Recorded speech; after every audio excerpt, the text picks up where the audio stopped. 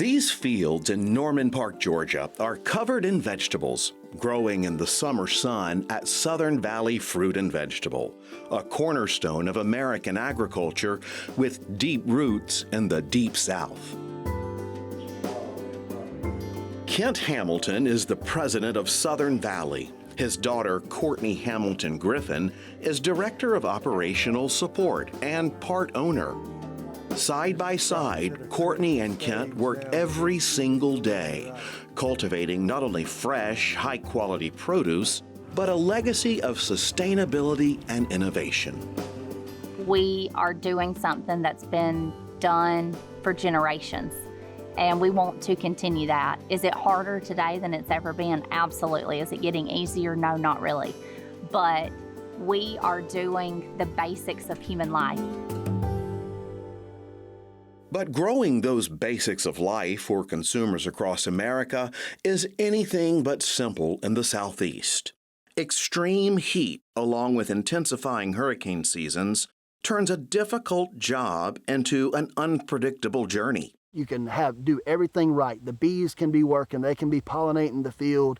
You can have the perfect fertilizer mix and everything else, and then all of a sudden a storm pops up, a hurricane hits your field and destroys it. And I mean, you can't change that because Mother Nature drives everything we do. The first seeds of Southern Valley were planted in 1987, and since then, a lot has changed.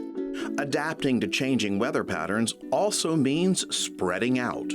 Southern Valley grows vegetables in the heat of summer in eastern Tennessee and during the winter in Mexico's Yucatan Peninsula. There's a lot of planning goes into what we do, a lot of projecting. You know, how much product are we going to need? When are we going to need it? And two, we have to project what the weather's going to do. If the weather's cooler than what it normally is, then the crop don't come off as soon as what we have projected. On this late July day, it's hot and humid. And just 3 weeks earlier, these beautiful row crops were sitting directly in the path of a major hurricane. This time, farmers got lucky, but the threat from the increasing heat in the tropics is nothing new to farmers here in southeastern Georgia. So a hurricane can come through. If it comes through in September, October, when we're right in the heart of our production, it can be devastating, have devastating effects on our crop.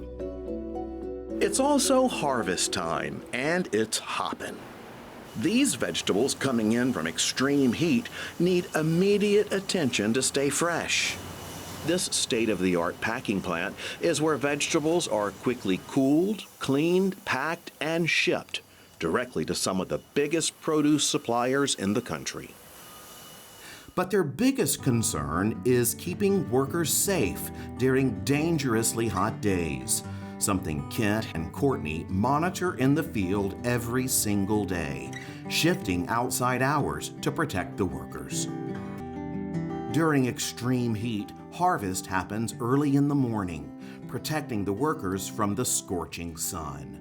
We've had some hot days, but you know, we start planting late in the afternoon when the sun's already starting to go down and it's starting to cool off.